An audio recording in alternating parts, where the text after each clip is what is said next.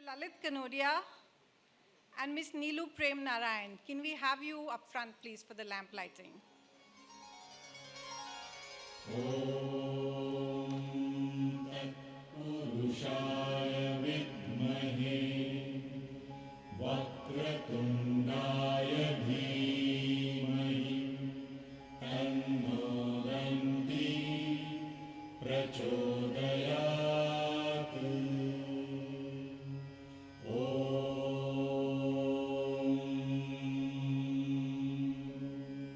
Part of the United Nations International, let's get right into it.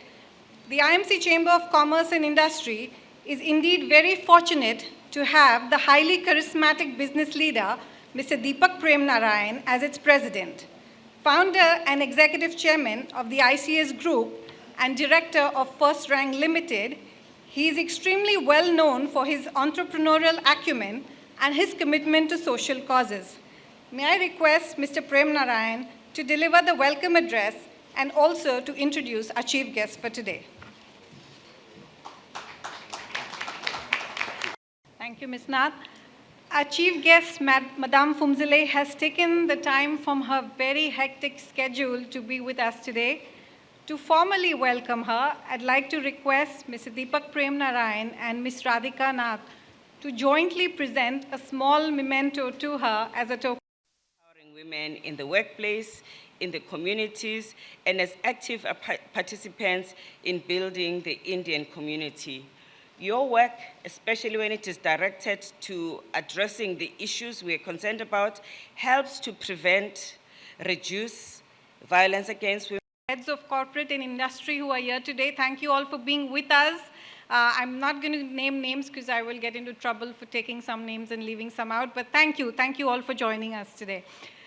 Today is indeed a historic day as the IMC Chamber of Commerce and Industry.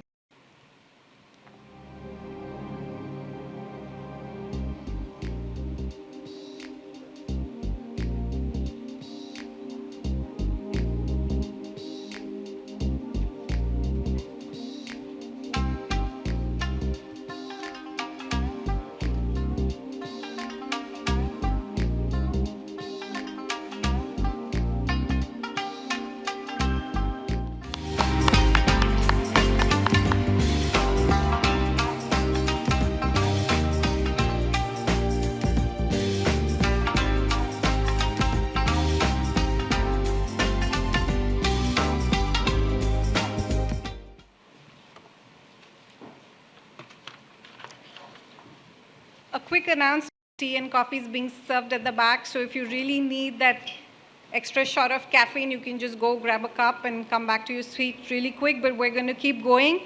A humble request to all the moderators, speakers, and panelists, please do stick to the time slots that has been allotted to your session so we can keep things on schedule. Thank you all for your cooperation. Have earned her the admiration of millions of filmgoers around the world. Forbes has listed her in their top 10 list of India's best.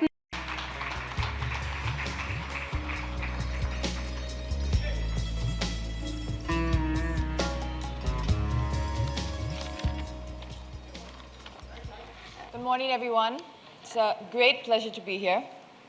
Thank you so much to Deepak, who is also a dear friend, and Kishan sir for inviting me here today. Madam Phumzile, it's an honor to meet you. Very, very happy to be here today. Last year when the United Nations,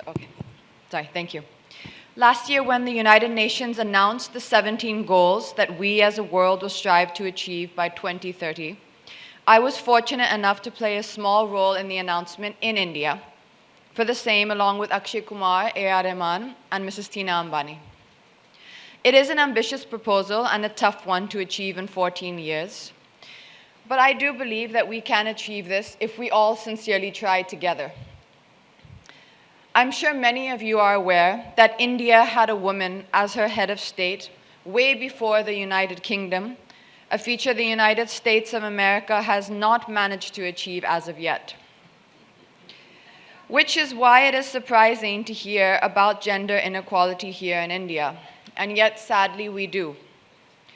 On a daily basis, there are shocking stories in the media about violent crimes committed against women. Yet, I can only imagine how many more crimes there are against women in India that go unreported. This is not an India-specific issue, though. In the UN Secretary General's 2006 report on an in-depth study on all forms of violence against women, it was noted that there is no region of the world, no country, no culture in which women's freedom from violence has been secured. Here is another fact. In India, according to data provided by the National Crime Records Bureau, in the year 2001, the reported crimes against women were 1,43,795. In the year 2005, the reported crimes were 3,27,394, more than a 100% increase in numbers. However, I would like to believe that this increase in numbers is not an increase in crime against women. It is an increase in the number of women who are ready to come forward and report them. The world has largely been led by patriarchal societies, and women have, through the years, largely remained quiet in the face of atrocities rather than speak out against them. I know of educated women who remain silent in the face of violence because they are afraid to confront societal norms and have fingers pointed in their own direction, especially when the majority of our society fails to recognize marital rape as a crime. I would urge more women to speak out. It is not okay to feel inferior or weak, because we are not the weaker sex by any stretch of imagination. We may be more emotional, but that is what makes us caregivers and mothers. If you ask each person sitting here today who is the strongest person that they know in their lives, I think the unanimous answer would most likely be that it is their mother, as it is in my case. My mother is by far the most amazing woman I have ever known. And as I stand here on this platform, if I do not act and merely speak, I would be doing my mother and every woman in the world a huge disservice. I would therefore like to pledge today that I will do whatever I can in my capacity to create awareness about gender equality. Thank you very much.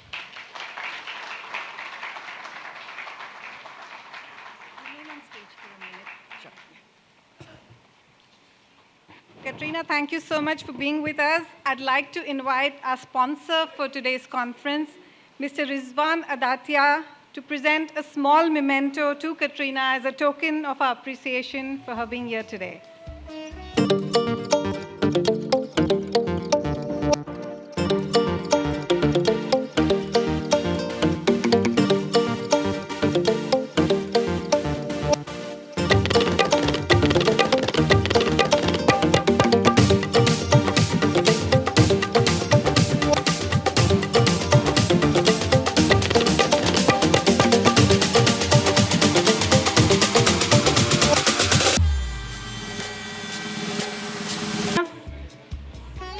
Okay, our next session is a panel discussion. Yes.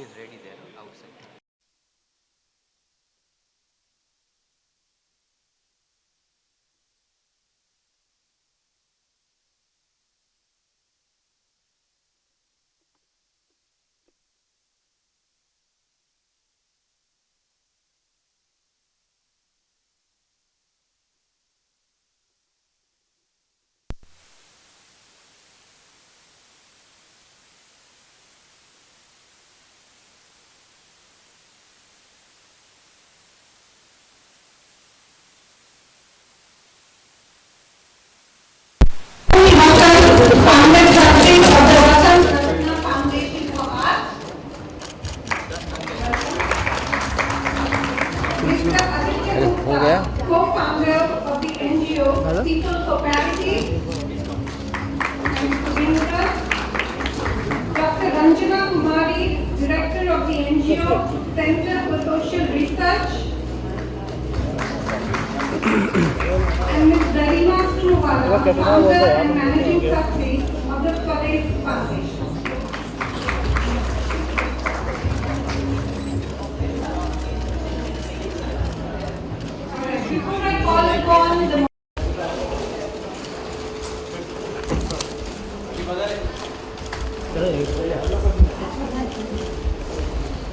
Hello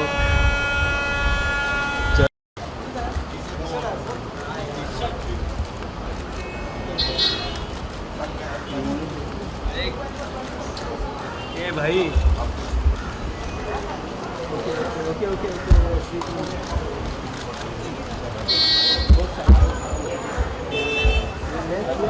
मंग्या भाई भाई भाई भाई भाई